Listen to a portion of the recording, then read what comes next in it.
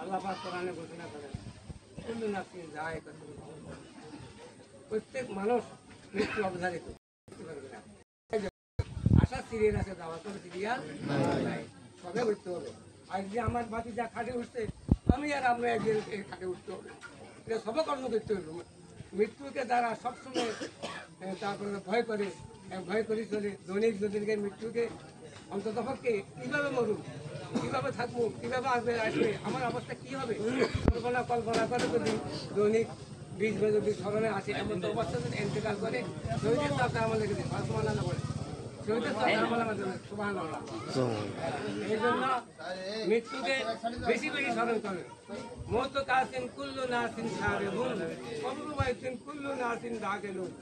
মৃত্যুর বেলা আমি সবাই একদিন ফান করতে হবে, সব মানুষ একে একে কবর লিখতে হবে, ঠিক আছে না? মৃত্যুকে ভয় করতে হবে। আল্লাহ রাসূলের কন্যা ফাতেমা রাদিয়াল্লাহু তাআলা আনহা যখন ইন্তেকাল করলেন, ইন্তেকাল করার পরে ওনাকে করে পরিষ্কার করে আলাপ যখন লাগাইলেন, লাগাইয়ে আমার অবস্থা